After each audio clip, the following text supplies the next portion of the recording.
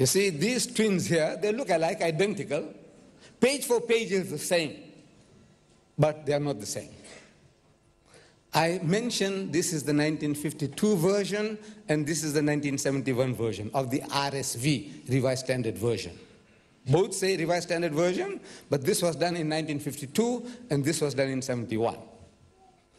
And these are not different translations, these are versions. Because in this book here, the first one, Revised Version, this goes back to the most ancient manuscripts. Your scholars tell us that. Your book that you're holding there, the King James Version, it goes to the ancient manuscripts. Ancient. Ancient means 400, 500, 600 years after Jesus.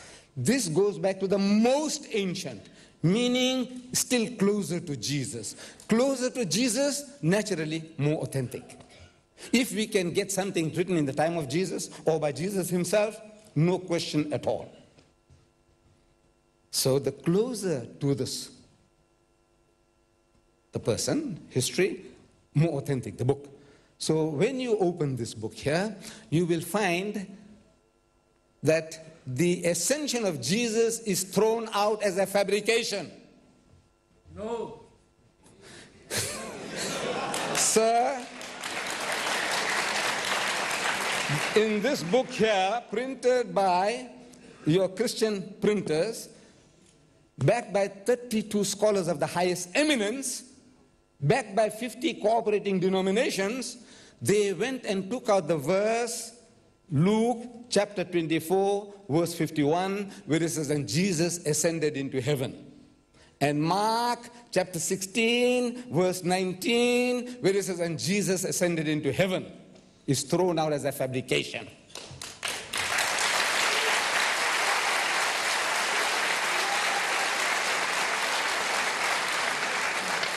The most stupendous performance of Jesus, as the most stupendous, is going up into heaven. The only two places in the Bible it was mentioned, and Jesus went up into heaven, ascended into heaven, and both thrown out as fabrications. By who? By Christian scholars of the highest eminence, backed by 50 cooperating denominations. But now, they had a problem. They sold this Bible, 1952 version, and they made a net profit of $15 million on this. By that time, the evangelists, gospel thumpers, Bible thumpers, they realized that, look, man, the kingpin of our preaching, Jesus going up into heaven, is not there. So they protested, and they tell you here, they protested here, and they put it back. So these twins are not twins. You see, this is now a version. You take it out and you put it back. Why do you put it back? God didn't tell them to put it back. They tell you why they put it back. They tell you here why they put back something they took it out. Speaks about your King James Version. These authors here, they say, yet the King James Version has grave defects. I'm not saying that. These are not my words. I'm only quoting your scholar, sir, that the one that you are carrying there has got grave defects. And that these defects are so many and so serious as to call for revision. So they revised it. They took it out. What is not supposed to be there? Because in the most ancient manuscript, the words were not there.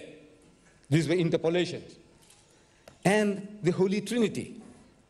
First epistle of John, chapter 5, verse 7, where it says, for there are three that bear record in heaven, the Father, the Word, and the Holy Ghost, and these three are one. John, first epistle of John, chapter 5, verse 7, is also thrown out as a fabrication. Who throws it out?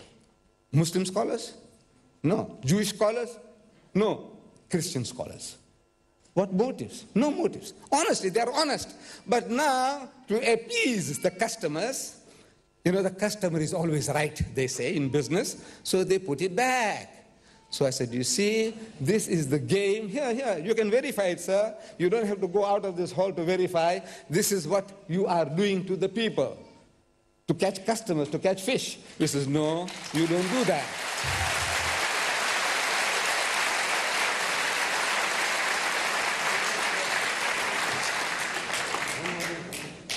J.B. Phillips.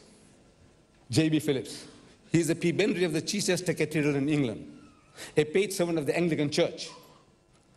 He says that these Gospels, the Gospel of Matthew, Mark, Luke, and John, speaking with Matthew, he tells us early tradition ascribed this Gospel to the Apostle Matthew, the first book of the New Testament.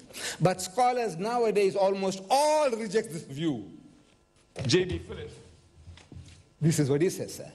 And every Bible that you have, it says that the Gospel according to St. Matthew, the Gospel according to St. Mark, the Gospel according to St. Luke, the Gospel according to St. John. I'm asking what is according to.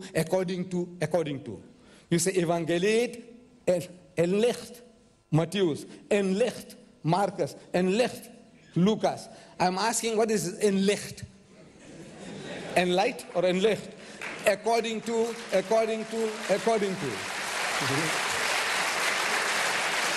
So, not only according to what we are seeing there, not only it is not the word of God, but Matthew is not the word of Matthew, Mark is not the word of Mark, and Luke is not the word of Luke, and John is not the word of John. This is the clear-cut evidence in black and white. So since we have a lot of questions that we have to answer, I don't know where the brother comes along now. This is the format. If you remember, the format was 50 minutes, 60 minutes, and 10 minutes. Now we have a right to answer questions. This is, I think, was the format. Unless you want to take advantage, this is your country. Okay.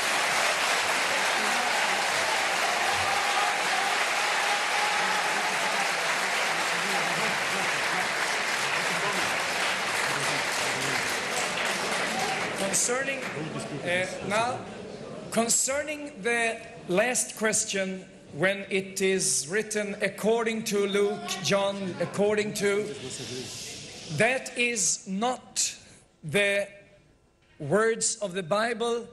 These are the words of those who translated the Bible to give a headline. So that's nothing to quarrel about.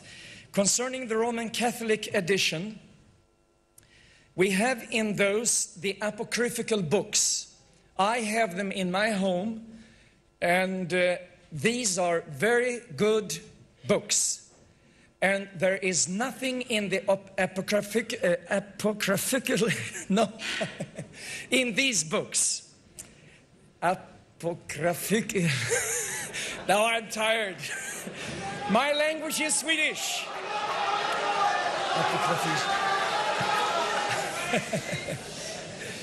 Yes. Now, there is no contradiction in any kind of teaching